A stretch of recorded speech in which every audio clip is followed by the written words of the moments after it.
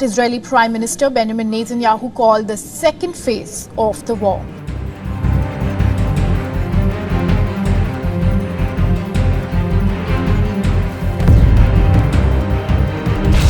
On October 28th, Israeli Prime Minister Benjamin Netanyahu announced the commencement of what he referred to as the second stage of the conflict. This stage involved deploying ground forces into Gaza and intensifying attacks from the ground, air, and the sea. In this video, we will look at three possible scenarios where the war could go from here. We will also briefly take a look at the current state of Iraq and Afghanistan, which have gone through similar crises in the recent past, which would help us understand what happens to Palestine after this war is over. As per Bloomberg, there are three possible scenarios from here. Number one, full-scale regional war. The most extreme scenario involves a comprehensive war between Israel and Iran. Such a conflict could potentially draw the United States into the fray and in an extended context might even involve the participation of China and Russia. The biggest effect in this scenario would be oil crisis. In 1973, during the Yom Kippur War between Israel on one side and Egypt and Syria on the other, Arab states were united in their resolve to block oil supplies to the West. And even countries outside the Western Bloc, including India, struggled in the wake of the oil price surge. In this instance, neither Israel nor Gaza is a significant oil producer. And even if Iran gets involved, Saudi and UAE are not likely to take sides with Iran, thereby balancing the supply of oil. But the challenge lies in the Strait of Hormuz. The Strait of Hormuz between the Persian Gulf and the Gulf of Oman is one of the world's most strategically significant choke points through which 1/4 of the oil for global consumption and 1/3 of the world's liquefied natural gas is transported. Iran has threatened in the past to block shipments through the strait.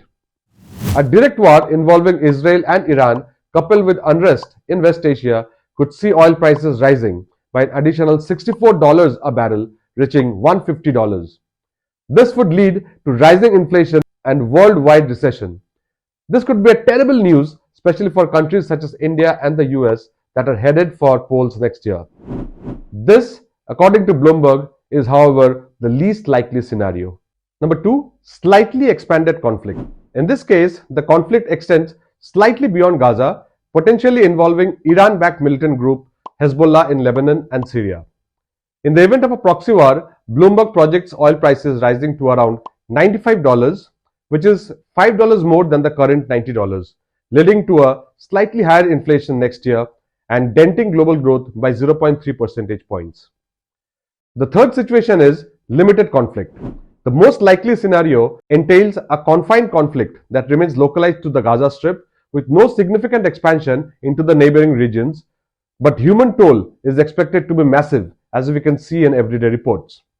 Currently, 1,400 Israelis, 7,326 Palestinians has lost their lives and more than 1.4 million Palestinians and 250,000 Israelis displaced from their homes.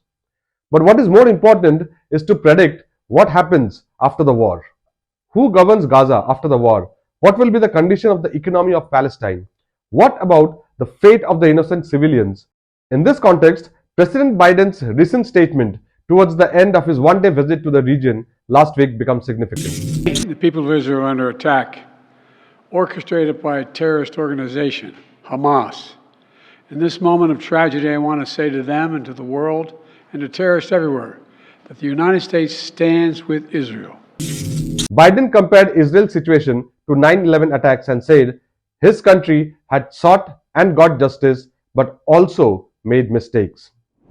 Now, what did he mean when he said his country made mistakes? Let us understand the condition of Iraq and Afghanistan after US invaded these countries, and is Palestine headed towards the same after the war? Let us first look at the Afghanistan war. After 9/11, American forces invaded Afghanistan and defeated the Taliban. During the Iraq war in 2003, American forces were diverted into Iraq and there was hardly anybody left to keep the Taliban from coming back. A new civil war was underway and the best opportunity to build a stable Afghanistan was lost. The Bonn Agreement was signed in December 2001 for establishing an interim government for post-Taliban Afghanistan. The constitution was adopted in 2004, but it was ill-conceived, which ignored Afghan traditions of local autonomy and gave the president too much formal power. The government was centralized in Kabul, and this centralization encountered significant challenges as the government faced a shortage of competent civil servants. This situation gave rise to undeniable opportunities for corruption within the system. The US should have instead tried to integrate the moderate elements of the Taliban and considered other regional parties and finalized a stabilization deal for Afghanistan. All these led to Afghan state's long-term reliance on external support. Since 2012, some 5 million people have fled and not been able to return home, either displaced within Afghanistan or taking refuge in neighboring countries. According to the UN, Afghanistan has the third largest displaced population in the world. US forces has completely withdrawn from Afghanistan in 2021. The most immediate and significant after effect of the US withdrawal was the return of power of the Taliban. The group took control of Afghanistan in August 2021, making a major shift in the country's political landscape. The resurgence of the Taliban, the potential for the country to become a haven for international terrorists, and the risk of regional instability are all issues of concern. After the US withdrawal, the economy has shrunk by 25% and more than half of the population lives below the poverty line. About a looming humanitarian crisis in Afghanistan if aid is not restored to the country.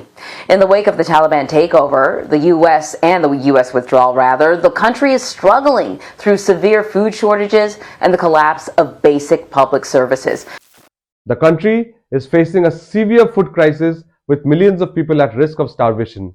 The healthcare system has collapsed and millions of Afghans lack access to basic healthcare services. Regional players, including Russia and China, have sought to play a role in Afghanistan's future, which adds to the complexity of the situation. The overall picture is bleak, and Afghanistan is facing a humanitarian crisis, and its economy and political system are in shambles. Now let us understand the mistakes during the Iraq War. Similar to Afghanistan, the US made several mistakes during the Iraq War to eliminate Saddam Hussein. American and coalition forces are in the early stages of military operations to disarm Iraq, to free its people, and to defend the world from grave danger. The US invaded Iraq on March 19, 2003 on the premise that there were weapons of mass destruction in that country. Although it was later found that it was a faulty information intelligence from a compromised source and no weapons of mass destruction was found in Iraq, but the war led to complete devastation of Iraq. Again, the US had no concrete plans after the war to revive the economy and the condition of the people of Iraq. One of the most immediate after effects of the invasion was the collapse of Iraq's security and infrastructure. The US military disbanded the Iraqi army and police force, which left the country vulnerable to looting and violence. The invasion also caused widespread damage to the Iraq's infrastructure, including its roads, bridges, power plants, and water treatment facilities. Secondly, the invasion also led to a sharp increase in sectarian violence. Sunni and Shia Muslims, who had been largely coexisting peacefully under Saddam Hussein, became increasingly divided and hostile towards each other. This sectarian violence came to a head in 2006 and 7 when Iraq was engulfed in a civil war that claimed the lives of hundreds of thousands of people.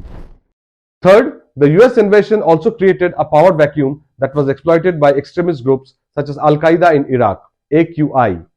AQI carried out numerous terrorist attacks against Iraqi civilians and security forces and eventually evolved into the Islamic State of Iraq and Syria, or ISIS. ISIS captured large swaths of territory in 2014 and waged a brutal campaign against the Iraqi people. The US-led coalition defeated ISIS in 2017, but the group remains active in Iraq and Syria.